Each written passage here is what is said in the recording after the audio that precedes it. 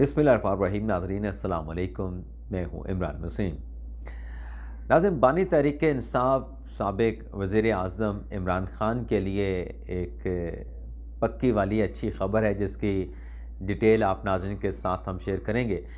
पक्की का लफ्ज़ मैंने इसलिए इस्तेमाल किया कि सोशल मीडिया पर आपको ऐसे दर्जनों सैकड़ों किरदार मिलेंगे जो हर चंद घंटों के बाद या आए रोज़ इमरान ख़ान के लिए अच्छी ख़बरें सुनाते रहते हैं, इमरान ख़ान की जेल से रिहाई की ख़बरें देते रहते हैं।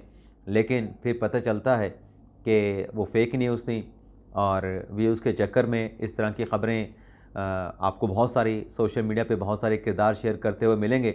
लेकिन हम आपके साथ जो बानी तहरीक इंसाफ इमरान ख़ान के हवाले से ख़बर शेयर करने जा रहे हैं, वो नाज़रीन कन्फ़र्म ख़बर है और अच्छी ख़बर है बानी तहरीक इंसाफ इमरान ख़ान के लिए। तो एक तो इस बड़ी ख़बर की डिटेल आपके साथ हम शेयर करेंगे और फिर आपको बताएंगे कि chief justice of Pakistan justice Qazi फ़ाइसा के ख़िलाफ़ जो सुप्रीम जुडिशल काउंसिल में रेफरेंस दायर हुआ है, इस रेफरेंस के मंदरजात क्या हैं, इस रेफरेंस को दायर करने वाली शख्सियत कौन है और इस रेफरेंस के पीछे कौन है। तो इस हवाले से भी आप नाज़रीन के साथ डिटेल शेयर करेंगे और इसके अलावा हमारे व्लॉग के जो दीगर अहम ख़बरें हैं उनकी तफसीलात भी आपकी खिदमत में पेश करेंगे। लेकिन सबसे पहले आप तमाम बहनों, भाइयों, बुज़ुर्गों से दरख्वास्त करेंगे कि चैनल को सब्सक्राइब कर लें, बेल आइकॉन का बटन प्रेस करें और वीडियो अगर आपको पसंद आती है तो इसको लाइक भी करें और अपने दोस्तों के साथ, भाइयों के साथ, बुज़ुर्गों के साथ, अपनी कम्युनिटी के साथ हमारे इस व्लॉग को ज़्यादा से ज़्यादा शेयर भी करें। तो पहली ख़बर से नाज़रीन अपना गुफ्तगू का व्लॉग का आगाज़ करते हैं। जैसा कि हमारी रूटीन है, पहले तो हम आपको बताते हैं कि आज अदालती महाज पर कौन से अहम मुकदमात की समाअत होने जा रही है। तो आज नाज़रीन बानी तहरीक इंसाफ इमरान ख़ान और बुशरा बीबी साहिबा के ख़िलाफ़ जो नैब का दूसरा मुकदमा है, एक तो तोशा खाना का है जिसमें इमरान ख़ान और बुशरा बीबी साहिबा कन्विक्ट हो चुके हैं।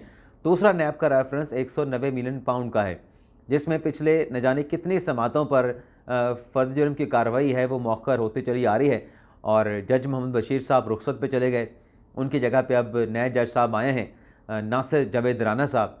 तो आज अडयाला जेल में इस 190 मिलियन पाउंड रेफरेंस की समाअत होनी है और आज के लिए दिन मुकर्रर कर रखा है जज साहब ने फ़र्द जुर्म की कार्रवाई का। तो देखते हैं आज भी फ़र्द जुर्म की कार्रवाई मुकम्मल होती है या फिर इंडाइटमेंट के लिए कोई अगली तारीख मुकर्रर होती है। इसके अलावा नाज़रीन जो पाकिस्तान तहरीक इंसाफ का एक मौक़िफ़ है, एक कॉज़ है उनका कि उन्हें ख़वातीन की मखसूस नशिस्तें मिलनी चाहिए। और आपको पता है कि PTI के जो लोग आज़ाद हैसियत में इलेक्शन लड़े और मुख्तलिफ़ इलेक्शन सिंबल पे लड़े और माशाल्लाह खैबर पख्तूनख्वा में बड़ी अहम कामयाबी हासिल की, बड़े मार्जिन के साथ क्लीन स्वीप किया।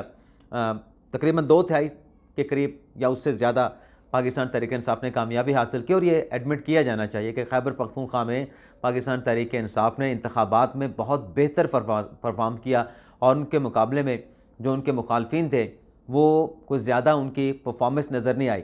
अब इसमें जो ज़ाहिर सी बात है कि बल्ले के निशान के बगैर, इलेक्शन सिंबल के बगैर PTI के लोगों ने इलेक्शन लड़ा, जीते। अब जो मसला था पाकिस्तान तहरीक इंसाफ का वो ये था कि ख़वातीन की मखसूस नशिस्तें कैसे हासिल की जाएँ। तो फ़ैसला हुआ इमरान ख़ान साहब की, ज़ाहिर सी बात है कि फ़ैसला तो खान साहब करते हैं कि सुन्नी इत्तेहाद कौंसिल में शामिल हुआ जाए। उससे पहले MWM में शमूलियत का ऐलान किया गया, लेकिन फिर बाद में इस फैसले को चेंज किया गया और सुन्नी इत्तेहाद कौंसिल के साथ इत्तेहाद हो गया और फिर PTI के तमाम जो पंजाब के PK और उसके साथ साथ कौमी असम्बली के जो जितने भी अरकान थे उन्होंने सुन्नी इत्तेहाद कौंसिल में शमूलियत अख्तियार कर ली। सिंध वालों ने भी सुन्नी इत्तेहाद कौंसिल में शमूलियत अख्तियार कर ली। तो वजह क्या थी? वजह ये थी कि ख़वातीन की मखसूस नशिस्तें मिल सकें। तो इलेक्शन कमीशन ने PTI की सुन्नी इत्तेहाद कौंसिल की दरख्वास्त का जायज़ा लिया, लेकिन मेरे ख्याल से इलेक्शन कमीशन इस नतीजे पर पहुँचा कि यह मामला बंद कमरों में हल होने वाला नहीं। इस मामले पर बंद कमरों में फ़ैसला करना बहुत सारे सवालात को रेज़ करेगा, तो ओपन कोर्ट में लगाने का फ़ैसला किया गया।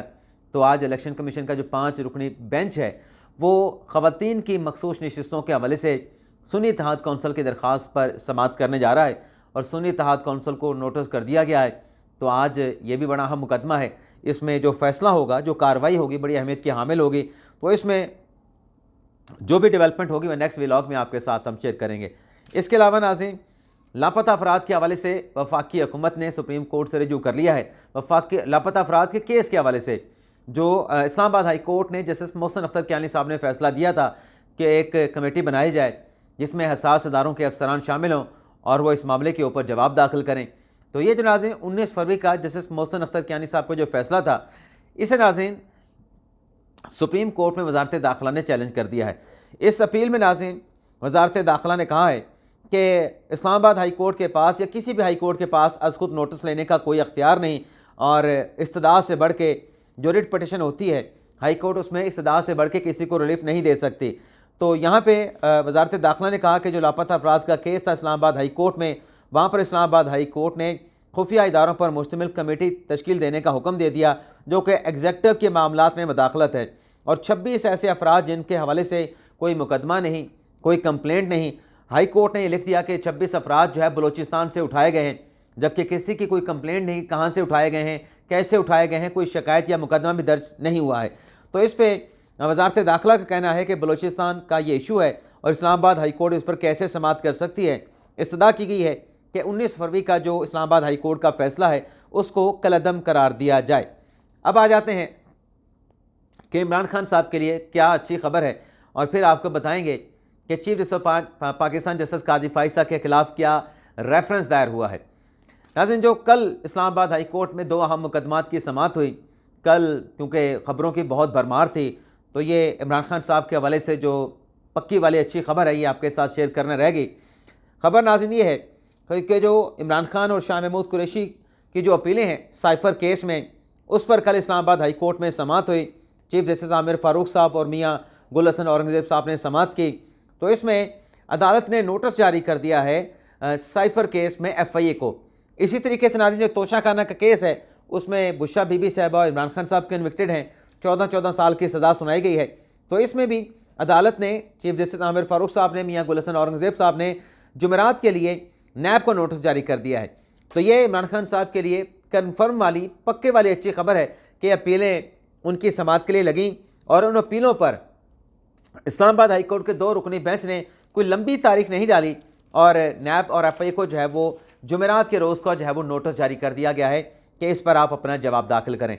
अब आ जाते हैं नाज़रीन, जो चीफ जस्टिस पाकिस्तान जस्टिस काजी फाइसा के खिलाफ रेफरेंस दायर हुआ है, पहले तो उसके मंदरजात आपके साथ शेयर कर लें। नाज़रीन 4 सफ़ात का ये, वैसे रेफरेंस हम इसको कह रहे हैं, ये शिकायत है 4 सफ़ात की, जो कि दावा है अपने जनाब वकील जो हैं कलीम जवेद, जिन्होंने ये रेफरेंस या शिकायत तैयार की है और सुप्रीम जुडिशल काउंसिल में दायर करने का दावा कर रहे हैं। लाहौर के नाज़रीन ये वकील हैं और रफ़ीक बिल्डिंग लाहौर में इनका ग़ालिबन वकालत का दफ्तर है, और 21/2/2024 को ये रेफरेंस दायर करने का दावा किया गया है। इस रेफरेंस में नाज़रीन वकील जनाब कलीम जवेद साहब ये कहते हैं कि बतौर वकील कानून की हुक्मरानी के लिए कोशियाँ और कानून की हुक्मरानी पर यकीन रखता हूँ। उन्होंने कहा कि मेरी जो शिकायत है वो सुप्रीम जुडिशल काउंसिल में चीफ जस्टिस पाकिस्तान जस्टिस काजी फाइसा के खिलाफ है। इस रेफरेंस में नाज़रीन इल्ज़ाम ये लगाया गया है, देखें कितना बड़ा इल्ज़ाम वकील साहब जज साहब पे लगा रहे हैं चीफ जस्टिस पे, कि 17 फरवरी 2024 को चीफ जस्टिस ने लियाकत चट्टा का जो बयान है जिसमें उन्होंने इंतखाबात में धांधली के इल्ज़ामात लगाए, उस पर चीफ जस्टिस काजी फाइसा ने मीडिया पर आकर इंटरव्यू में अपना रद्द-ए-अमल दिया। आगे वो कहते हैं कि चीफ जस्टिस का ये जो इकदाम है कि मीडिया पे आना और रद्द-ए-अमल देना लियाकत चट्टा के स्टेटमेंट पे, ये इकदाम जो है मिसकंडक्ट के जो कोड ऑफ कंडक्ट है जजेस का, उस कोड ऑफ कंडक्ट की खिलाफ वर्जी है। अब जब नाज़रीन जुमला मैंने पढ़ा तो फौरी तौर पे नाज़रीन मेरा ध्यान पता किधर गया, साबिक चीफ जस्टिस मियां साकिब निसार साहब के हवाले से, जो मीडिया के साथ गुफ्तगू भी करते थे, शेख रशीद के इलेक्शन कैंपेन में भी चले जाते थे, और भी बहुत सारी चीज़ें थी। तो ये जो कानून की हुक्मरानी पे यकीन रखने वाले जो वकील साहब हैं कलीम जवेद साहब, तब कहाँ पे थे? तब तो ग़ालिबन ये कहीं नहीं थे। लेकिन बहरहाल आगे ये लिखते हैं कि काजी फाइसा साहब ने जो कोड ऑफ कंडक्ट है जजेस का, उसकी प्रोविज़न को ब्रीच किया है, और पब्लिक कंट्रोवर्सी में काजी फाइसा साहब ने ख़ुद को इन्वॉल्व किया, और ख़ुद को इस मामले में इन्वॉल्व करने से अदलिया को जो है वो सियासत ज़दा जो है वो अदलिया हो सकती है। आगे वो कहते हैं कि काजी फाइसा साहब ने इलेक्शन के मामले पर रद्द-ए-अमल देकर मामले पर असरअंदाज हुए हैं, अवाम का जो तासुर है उस पर असरअंदाज होने की उन्होंने कोशिश की है, और मुस्तकिल जो है वो जो मुस्तकबिल में जो कार्रवाई हो सकती है धांधली के इल्ज़ामात पे, उसको भी बायस मतलब कर दिया है, प्रेजुडिस कर दिया है, उस पर असरअंदाज हुए हैं। तो आगे चल के वो लिखते हैं कि सियासी नोयत के मामले में जजेस जो है उसको ख़ुद को मुलविस नहीं करना चाहिए। इससे जज की जो साख है, जो आज़ादी है उसकी, जो गैर जानिबदारी है, उस पर समझौता होता है। आगे वो लिखते हैं कि चीफ जस्टिस ने यूट्यूब सहाफ़ी को इंटरव्यू दिया। यार भाई, अगर वो कहना ही था तो फिर मेरा नाम भी लिख देते कि इमरान वसीम साहब को इंटरव्यू दिया, यूट्यूब पे इंटरव्यू दिया, तो पूरा नाम लिख देते। आगे कहते हैं कि अदलिया अवाम का अदलिया पर जो एतमाद है, काजी फैसल साहब के इस पब्लिक कंट्रोवर्सी में इन्वॉल्व होने से वो एतमाद भी मजरू हुआ है और मुस्तकबिल में धांधली के मुकदमात अदलिया तक भी आ सकते हैं। तो इससे मीडिया से बात करने से जो है इस मामले पे जो है वो सवालात उठते हैं।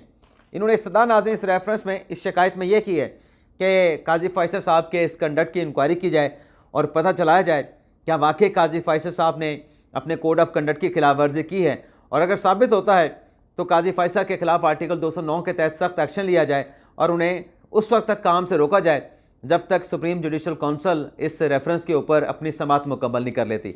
अब ये नाज़रीन टोटल 4 सफ़ात का जो शिकायत है वो दायर हुई है। इसको पढ़ने के बाद नाज़रीन जो हालिया दिनों में मुख्तलिफ पटिशन सुप्रीम कोर्ट में दायर होती रही हैं, तो इस सारी चीज़ों के जो अगर मैं कड़ियाँ मिलाता हूँ तो मेरा अंदाज़ा नाज़रीन ये है, यानी मेरी राय ये है कि इस पटिशन के नाज़रीन पीछे, इस शिकायत के पीछे नाज़रीन वो लोग हैं जो इससे पहले जस्टिस काजी फैसल के ख़िलाफ़ रेफरेंस दायर करने वाले थे। यानी जो एक सियासी जमात ने आखिरी मरतबा जस्टिस काजी फैसल के ख़िलाफ़ रेफरेंस दायर किया, फिर उसमें माफ़ी मांगी, तो इस रेफरेंस के पीछे भी या तो उस पार्टी के अपने लोग हैं या फिर उस पार्टी के सपोर्टर शामिल हैं, वोटर शामिल हैं, उनकी तरफ से जो है ये रेफरेंस काजी फैसल के ख़िलाफ़ शिकायत जो है सुप्रीम जुडिशल काउंसिल में दायर की गई है। तो मेरा तो नाज़रीन, मेरा ओपिनियन यही है कि इसमें वो पहले वाले लोग हैं या उनकी पार्टी का कोई बंदा है जो ये शिकायत लेके आया है। इसके अलावा नाज़रीन आज सुप्रीम कोर्ट में भुट्टो रेफरेंस केस की समाअत होगी, गुज़िश्ता रोज़ भी हुई थी, जिसमें सलाहुद्दीन अहमद कराची के नौजवान प्रोमिनेंट लॉयर हैं, खालिद जावेद खान साबिक अटॉर्नी जनरल है, इन्होंने अदालत की मामनत की और इनकी तरफ से ये कहा गया, क्रक्स ये था कि भुट्टो का जो ट्रायल हुआ उसमें इंसाफ नहीं किया गया, इंसाफ का कत्ल हुआ है। लेकिन सुप्रीम कोर्ट ने कहा कि भुट्टो रेफरेंस का जो 950 का सफ़ात का तवील फ़ैसला लिखा गया, इसको पढ़ के तो बज़ाहिर ऐसा लगता है कि जजेस भी इस फैसले पे मुत्तफ़िक नहीं थे। लेकिन जो सवाल नाज़रीन बार बार अदालत के सामने आ रहा है कि आर्टिकल 186 में इस एडवाइजरी जुरिसडिक्शन में सुप्रीम कोर्ट जो है अब कैसे जो लाहौर हाई कोर्ट का फ़ैसला है कत्ल की सज़ा देने का, और फिर जो सुप्रीम कोर्ट ने उस फैसले को बरकरार रखा, नजर सानी में फिर सुप्रीम कोर्ट ने फैसला दिया, इन 3 फैसलों को कहाँ पे ले जाया जाए और क्या आर्टिकल 186 में एडवाइजरी जुरिसडिक्शन में सुप्रीम कोर्ट किसी फैसले के ख़िलाफ़ कोई ऑब्जर्वेशन या कोई डिक्लेरेशन दे सकती है। तो ये नाज़रीन अहम सवाल है। इसके अलावा नाज़रीन मरीम नवाज़ साहबा ने वज़ारत आला पंजाब का मनसब संभालने के बाद जो तकरीर की वो अपनी जगह पे, लेकिन एक अहम फ़ैसला भी सादिर फरमाया है। अब फ़ैसला तो अच्छा है मरीम नवाज़ साहबा का, लेकिन इस पर बल्ले बल्ले अभी नहीं कर सकते, फ़ैसले को सराहा जाए, लेकिन इसके समरात के ऊपर बल्ले बल्ले या मरीम नवाज़ साहबा के डंके तब बजाए जाएँ जब इसके समरात मिलना शुरू हों, जब इसके फ़ायदे आवाम तक पहुँचना शुरू हों। फ़ैसला नाज़रीन मरीम नवाज़ साहबा ने यह किया है कि प्राइस कंट्रोल का बाकायदा तौर पे मरीम नवाज़ साहबा ने कहा है कि 5 दिन में डिपार्टमेंट कायम किया जाए, और ये नाज़रीन डिपार्टमेंट कायम हो जाता है और ये एक्टिव हो जाता है, काम शुरू कर देता है, तो इससे डेफिनेटली जो महंगाई नीचे आएगी, जिसका फ़ायदा आम पब्लिक को तो होगा, लेकिन मुस्तमिक नवाज़ को भी होगा, पंजाब हुकूमत को भी होगा। लेकिन बात यह है कि फ़ैसला हुआ है, इसकी इम्प्लीमेंटेशन कितनी इफेक्टिवली होती है, ये बड़ा अहम सवाल है। मरीम नवाज़ साहबा ने अपने इस फैसले से सवाल ये भी कहा कि जो भी महंगाई का ज़िम्मेदार है, जो महंगाई करे, ज़्यादा कीमत ले, उसके खिलाफ सख्त कार्रवाई की जाए, और मार्केट में जो डिमांड एंड सप्लाई की एक चेन होती है उसकी भी मॉनिटरिंग की जाए। तो अच्छा फ़ैसला है, देखते हैं कब से इस फैसले के ऊपर अमल दरामद का आगाज़ होता है, और अथॉरिटी 5 दिनों में काम करने का कहा गया है। यह डिपार्टमेंट, इस डिपार्टमेंट को कब से इफेक्टिव किया जाता है या मतलब ये मुतहरिक होता है, तो ये भी देखना होगा। इसके अलावा नाज़रीन बलूचिस्तान में जमीयत उलमा इस्लाम फ़े ने अपना वज़ीर आला और अपना स्पीकर और डिप्टी स्पीकर का उम्मीदवार लाने का ऐलान किया है। सादिक संजरानी साहब जो कि चेयरमैन सेनेट बने 2018 में, फिर 2021 में चेयरमैन सेनेट बने, 2018 में तो वो सेनेटर मुंतखब भी हुए थे। अब उन्होंने चूँकि MNA का इलेक्शन लड़ लिया है और वह मेंबर कौमी असम्बली बनना चाहते हैं, तो सादिक संजरानी साहब ने अब अलविदाई मुलाकातें शुरू कर दी हैं कल उन्होंने सदर मुमलिकत आरिफ अलवी साहब के साथ मुलाकात की और सदर आरिफ अलवी साहब ने भी उनकी खिदमात को सराहा। तो अब संजरानी साहब जो हैं वो कौमी असम्बली में अपनी खिदमात जो है वो सर अंजाम देने जा रहे हैं। इसके अलावा नाज़रीन, आज इस्लामाबाद हाई कोर्ट में इमरान खान साहब के साथ मुलाकात, और वो भी अडियाला जेल में। इस हवाले से जो इस्लामाबाद हाई कोर्ट का ऑर्डर था उस पर, उसकी हुक्म अदूली पर कंटेम्प्ट की एप्लीकेशन की भी आज इस्लामाबाद हाई कोर्ट में बड़ी अहम समाअत होने जा रही है। तो ये नाज़रीन आज का हमारा व्लॉग, उम्मीद करते हैं कि आपको पसंद आया होगा। आपसे इजाज़त चाहते हैं। अल्लाह ताला हम सब का हामी नासिर हो। अपनी दुआओं में याद रखिएगा। अल्लाह हाफिज़।